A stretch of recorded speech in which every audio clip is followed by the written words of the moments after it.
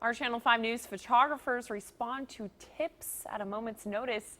This time, a tip led one of our crews nearly 100 miles away from the actual scene, but they weren't left without learning some important information. Here's photojournalist Alette Garza with tonight's photographer's perspective. A tip Thursday afternoon led Christian and I to South Padre Island.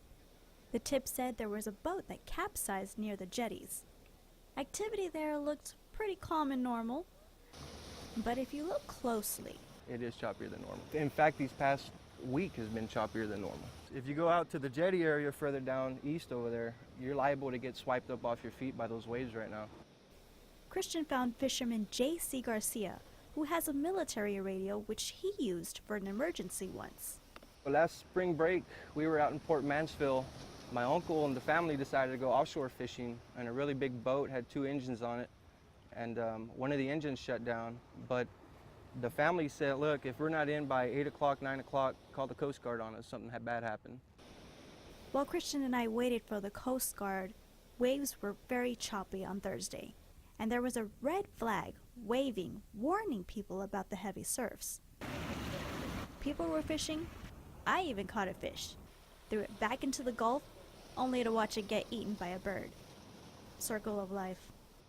After a couple of hours, we were able to meet up with the Coast Guard and talk to them about the boat that capsized. 2 people in the water off of Port Mansfield. Port Mansfield. Yep, Christian and I were about 90 miles away from the capsized boat. But we still needed information about the people in the boat, and information if anyone was ever in distress and needed emergency help. And if you do become distressed out in the water, that use channel VHF channel 16 to contact the Coast Guard.